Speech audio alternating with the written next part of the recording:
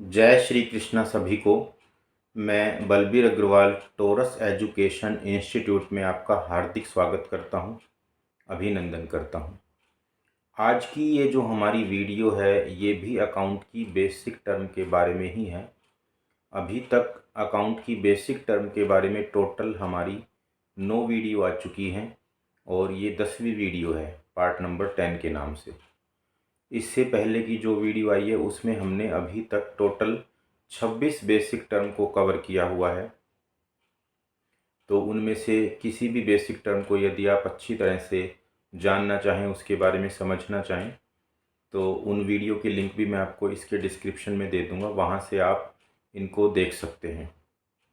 और आज की इस वीडियो में हम कवर करने वाले हैं 2 बेसिक टर्म को, जिसमें हम कवर करेंगे एक तो डिस्काउंट और एक रिबेट। और ये डिस्काउंट और रिबेट मैं आपको अभी समझाऊंगा। उसके बाद एंड में इस वीडियो के मैं आपको कुछ क्वेश्चन दूंगा जो ऑब्जेक्टिव टाइप क्वेश्चन होंगे, जो डिस्काउंट और रिबेट से ही रिलेटेड होंगे। तो उनके आंसर आप मुझे कमेंट बॉक्स में लिखकर ज़रूर बताइएगा। तो चलिए शुरू करता हूँ आज की इस वीडियो को। आज की इस वीडियो में सबसे पहले हम पढ़ेंगे डिस्काउंट को। डिस्काउंट का मतलब है कि कोई भी व्यापारी, कोई भी सेलर जो अपने सामान को बेचना चाहता है, वो सामान को बेचने से पहले ही उस पर जो कुछ रुपए कम कर देता है वो डिस्काउंट कहलाता है। यानी कि सामान अभी बिका नहीं है, बेचने से पहले ही उसने कुछ रुपए अपनी साइड से कम कर दिए, तो जितने रुपए कम कर दिए अपनी साइड से वो डिस्काउंट कहलाता है। ये डिस्काउंट ग्राहकों को आकर्षित करने के लिए दिया जाता है, ताकि ग्राहक आकर्षित हों उस वस्तु की तरफ। उन्हें ये नज़र आए कि ये वस्तु थी तो महंगी, परंतु ये अपनी साइड से ही इतने रुपए कम ले रहे हैं, तो हमें इसको ले लेना चाहिए। इस तरह ग्राहकों को आकर्षित करने के लिए जो पैसा सेलर के द्वारा कम किया जाता है वो डिस्काउंट कहलाता है। जब डिस्काउंट कोई व्यक्ति दे रहा है तो उसकी सेल उससे बढ़ती है, क्योंकि ग्राहक ज़्यादा आकर्षित होंगे, और जब ज़्यादा सेल बढ़ेगी तो ऑब्वियसली बात है कि प्रॉफिट भी ज़्यादा होगा। डिस्काउंट को फर्दर हम 2 पार्ट में डिवाइड कर सकते हैं। पहला ट्रेड डिस्काउंट और दूसरा कैश डिस्काउंट। ट्रेड डिस्काउंट वो डिस्काउंट होता है जिसको हम बुक्स में रिकॉर्ड नहीं करते, जो सेलर अपनी मर्जी से डायरेक्ट उस वस्तु पर घटा के बोलता है। फॉर एग्जांपल, मान लीजिए आप किसी बुक सेलर से 11th क्लास की अकाउंटेंसी की बुक खरीदने के लिए गए। उस बुक पे सपोज करो 400 रुपये प्रिंट है, और उस दुकानदार ने आपसे 400 रुपये में से 10% कम करके, यानी कि 40 रुपये कम करके 360 रुपये मांगे हैं। तो ये जो 40 रुपये कम किए हैं वो उसका ट्रेड डिस्काउंट है, जो आपके बिना कहे ही उसने अपनी मर्जी से कम कर दिए। ये ट्रेड डिस्काउंट है जिसको वो अपनी बुक्स में लिखेगा नहीं, क्योंकि वो अपनी साइड से उसको कम कर रहा है। और दूसरा जो डिस्काउंट होता है वो होता है कैश डिस्काउंट। कैश डिस्काउंट वो डिस्काउंट होता है जो कैश को जल्दी से रिसीव करने के लिए दिया जाता है, ताकि सामने वाला व्यक्ति जिसको हमने सामान बेचा है वो हमारी पेमेंट तुरंत कर दे, या फिर कुछ दिनों के अंदर जल्दी से कर दे। तो इस तरह का अगर हम डिस्काउंट उसको दे रहे हैं तो वो कैश डिस्काउंट होता है। इसको हम बुक्स में लिखते हैं क्योंकि वो हमने प्रॉम्प्ट पेमेंट की वजह से दिया है। जैसे अभी इसी एग्जांपल को मैं कंटिन्यू करता हूँ आगे। बुक की कीमत एक्चुअल में जो एमआरपी था वो 400 रुपये था, जिसमें से उसने 10% ट्रेड डिस्काउंट देने के बाद 360 रुपये मांगे ग्राहक से। अब वो ये कहता है कि आप मुझे पेमेंट कर दोगे तो कोई बात नहीं, अभी आप इसके 350 रुपये भी मुझे दे सकते हो। तो उसने 10 रुपये और घटा दिए, या फिर ग्राहक कह रहा है कि मैं इसको 350 ही दूंगा, और सामने वाला जो दुकानदार है वो उस पर मान गया, एग्री हो गया उस बात पे। तो जो 10 रुपये का एक्स्ट्रा डिस्काउंट ग्राहक के कहने की वजह से या फिर प्रॉम्प्ट पेमेंट की वजह से उस सेलर ने कर दिया, वो डिस्काउंट आपका कैश डिस्काउंट है। इसको हम बुक्स में रिकॉर्ड करते हैं। और ट्रेड वाले डिस्काउंट को हम रिकॉर्ड नहीं करते थे, क्योंकि वो उसने सेलर ने अपनी मर्जी से दिया है। और ये वाला अपनी मर्जी से नहीं दिया, ये सामने वाले ग्राहक ने बोला तब दिया है, या फिर प्रॉम्प्ट पेमेंट लेने के चक्कर में, मतलब जल्दी से पैसे लेने के चक्कर में उसने उस डिस्काउंट को दिया है। तो ये हो गया पूरा कंप्लीट डिस्काउंट। दूसरा मैंने आपको बताया था इस वीडियो में हम कवर करेंगे रिबेट को। तो रिबेट का मतलब भी हिंदी में छूट ही होता है और डिस्काउंट का मतलब भी हिंदी में छूट ही होता है, परंतु थोड़ा सा इनमें डिफरेंस है। डिस्काउंट में मैंने आपको क्या बताया कि जो सेलर है वो माल को बेचने से पहले ग्राहकों को आकर्षित करने के लिए जो पैसा कम कर देता है वो उसकी छूट है, वो मतलब डिस्काउंट है। और रिबेट का मतलब बिल्कुल इससे डेफिनेशन के रूप में उल्टा है। इसमें ग्राहक को सामान बेचने के बाद पैसे कम किए जाते हैं, उसमें तो हम सामान बेचने से पहले पैसे कम कर रहे थे। यानी कि यहाँ पर सेलर एक बार ग्राहक को सामान बेच देता है और सामान बेचने के बाद किसी कारणवश, कोई ना कोई उसका कारण होता है जिसकी वजह से वो उसके पैसे घटा देता है, तो इसको हम बोलते हैं रिबेट। अब कारण कौन कौन से हो सकते हैं, जैसे कि जब माल बेचा था तो उस समय ये नहीं पता था कि माल डिफेक्टिव है।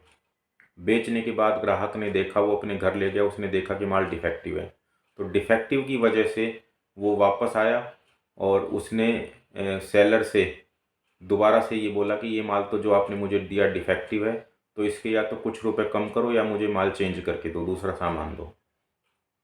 अब मान लीजिए जो सेलर है उसके पास उस तरह का दूसरा सामान नहीं है, या वो उसी सामान को, डिफेक्टिव वाले सामान को ही कहता है कोई बात नहीं आप इसी को रख लो और आप ये 100 रुपये वापस ले जाओ मेरे से क्योंकि ये सामान डिफेक्टिव है। तो इस वजह से जो उसने रुपए कुछ वापस कर दिए माल बिकने के बाद भी डिफेक्टिव गुड्स होने की वजह से, तो ये रिबेट कहलाएगा। ये रिबेट कोई योजना के तहत भी हो सकता है, जैसे कंपनी की कोई योजना हो उसके तहत भी जो छूट दी जाती है वो रिबेट होती है। जैसे सरकार की भी योजनाएं होती हैं इस तरह की, जैसे कोई आप अगर सोलर पैनल लगवाएंगे हमारे यहाँ पे अपने घर पे, तो आपको बिजली के बिल में इतने % की हम छूट दे देंगे, मतलब रिबेट दे देंगे। इनकम टैक्स में भी सेक्शन 88 के अंतर्गत रिबेट का जिक्र होता है, वहाँ पे भी हमारी जो इनकम टैक्स बनता है उसमें से कुछ छूट मिलती है, उसको भी हम रिबेट नाम से ही जानते हैं, डिस्काउंट के नाम से नहीं जानते। तो मेनली अकाउंट्स में जो यूज होता है वो इसी तरह की टर्म्स यूज होती हैं। कोई डिफेक्टिव सामान है इस वजह से जो छूट दी जाती है वो रिबेट है। किसी योजना के तहत अगर कोई छूट दी जाती है तो वो भी रिबेट है। टैक्स में कोई छूट दी जाती है तो वो भी रिबेट है, अंडर सेक्शन 88 इसका जिक्र है। आप आगे जब बीकॉम में पढ़ते हैं तो इसको हम अच्छी तरह से डीपली पढ़ेंगे इस पॉइंट को। इसके अलावा मैंने जो आपको भी डिस्काउंट और रिबेट बताया, इसके अलावा कुछ अन्य डिस्काउंट और हैं जो हम डिस्कस कर सकते हैं इसी वीडियो में। वो है सबसे पहला क्वांटिटी डिस्काउंट।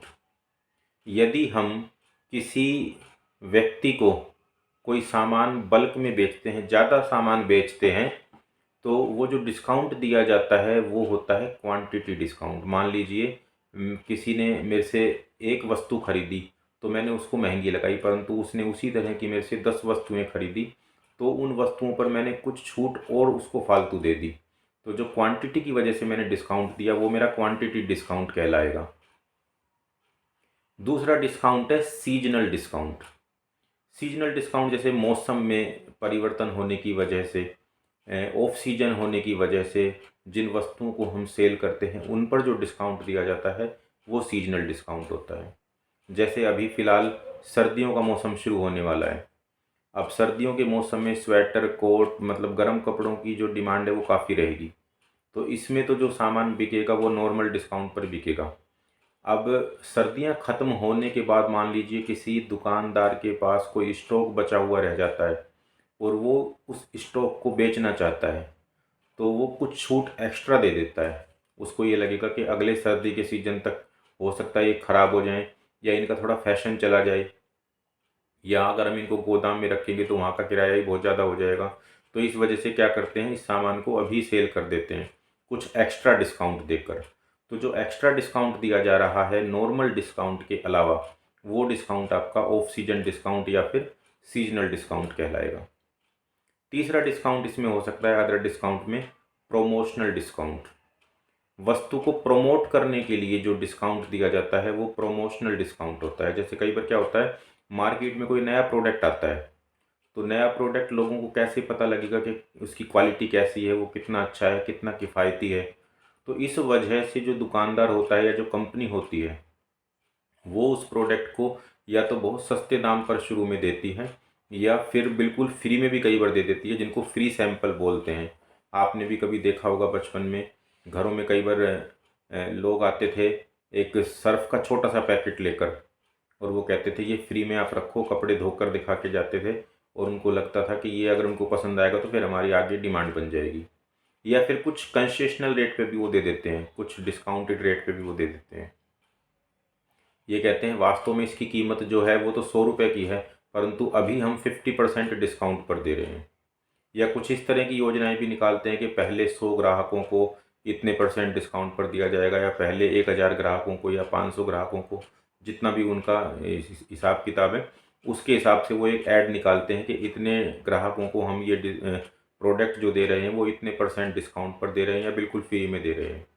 तो इस तरह से जो डिस्काउंट दिया जाता है वो होता है प्रोमोशनल डिस्काउंट।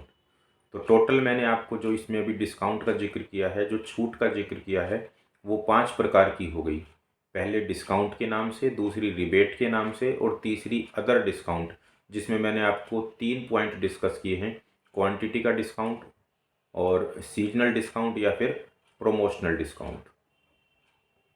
तो इस तरह की जो छूट दी जाती है वो आपकी होती है प्रोमोशनल डिस्काउंट। अब डिस्काउंट में और रिबेट में, इन दोनों में मैं आपको थोड़ा सा डिफरेंस बताता हूँ, दोनों में क्या डिफरेंस है। देखो, मैंने शुरू में आपको डिस्कस किया, जो डिस्काउंट दिया जाता है वो सामान को बेचने से पहले ही तय हो जाता है कि मुझे कितना डिस्काउंट देना है। यानी कि डिस्काउंट हमेशा सामान की बिक्री से पहले दिया जाता है, और जो रिबेट होती है वो बिक्री के बाद में दी जाती है, कोई डिफेक्टिव सामान होने की वजह से या कोई अन्य कारण होने की वजह से। दूसरा हम डिफरेंस बता सकते हैं कि जो डिस्काउंट होता है वो ग्राहकों को आकर्षित करने के लिए दिया जाता है, ताकि ग्राहक उससे आकर्षित होकर हमारे पास आएँ और हमारा ज़्यादा सामान बिके और हम ज़्यादा प्रॉफिट कमा पाएँ। जबकि जो रिबेट होता है उसका कारण होता है आपके सामान में कोई डिफेक्ट होना, या फिर किसी योजना का होना, या फिर किसी तरह की कोई मतलब पॉलिसी होना। इस वजह से जो डिस्काउंट दिया जाता है वो रिबेट होता है। और तीसरा हम डिफरेंस बता सकते हैं कि जो डिस्काउंट होता है उसको हम बुक्स में रिकॉर्ड नहीं करते यदि वो ट्रेड डिस्काउंट है तो। हालांकि हम कैश डिस्काउंट को तो लिखते हैं, परंतु ट्रेड डिस्काउंट को हम बुक्स में रिकॉर्ड नहीं करते, जबकि रिबेट को हम बुक्स में रिकॉर्ड करते हैं। तो ये मैंने आपको मुख्य 3 डिफरेंस इसमें बताए, जिसमें पहला मैंने आपको बताया कि डिस्काउंट जो दिया जाता है वो बिक्री से पहले होता है, रिबेट दी जाती है वो बिक्री के बाद दी जाती है, डिस्काउंट दिया जाता है वो ग्राहकों को प्रेरित करने के लिए दिया जाता है, और रिबेट जो दी जाती है वो किसी कारणवश दी जाती है, जैसे कि सामान में डिफेक्ट होना या कोई योजना के तहत दी जाती है या फिर कोई पॉलिसी होती है उसके तहत दी जाती है। और डिस्काउंट को हम, अगर वो ट्रेड डिस्काउंट है तो बुक्स में रिकॉर्ड नहीं करते, जबकि रिबेट को हम रिकॉर्ड करते हैं। और शुरू में मैंने आपको जिक्र किया था कि ये डिस्काउंट और रिबेट पढ़ाने के बाद मैं आपको इसके संबंध में कुछ क्वेश्चन दूंगा जो ऑब्जेक्टिव टाइप होंगे। तो वो क्वेश्चन आपके सामने ये रहे, जिनके आप मुझे उत्तर कमेंट बॉक्स में लिखकर ज़रूर बताइएगा। क्वेश्चन ये रहे आपके सामने।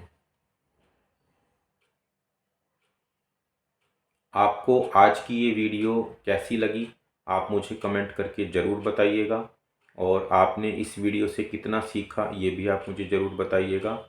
और अगर आपको ये वीडियो वास्तव में अच्छी लगी और आपने इससे कुछ सीखा है तो आप जितना ज़्यादा हो सके अपने दोस्तों में इस वीडियो को शेयर कीजिए, लाइक कीजिए, कमेंट कीजिए। यदि आप चैनल पर नए हैं तो चैनल को सब्सक्राइब करना बिल्कुल भी ना भूलें। मिलता हूँ बहुत जल्द आपसे अगली वीडियो में, तब तक के लिए जय श्री कृष्णा, जय श्री कृष्णा। टॉरस एजुकेशन संस्थान से संबंधित और अधिक जानकारी के लिए आप हमसे संपर्क कर सकते हैं। धन्यवाद। You can contact us for more information related to Taurus education institute. Thank you.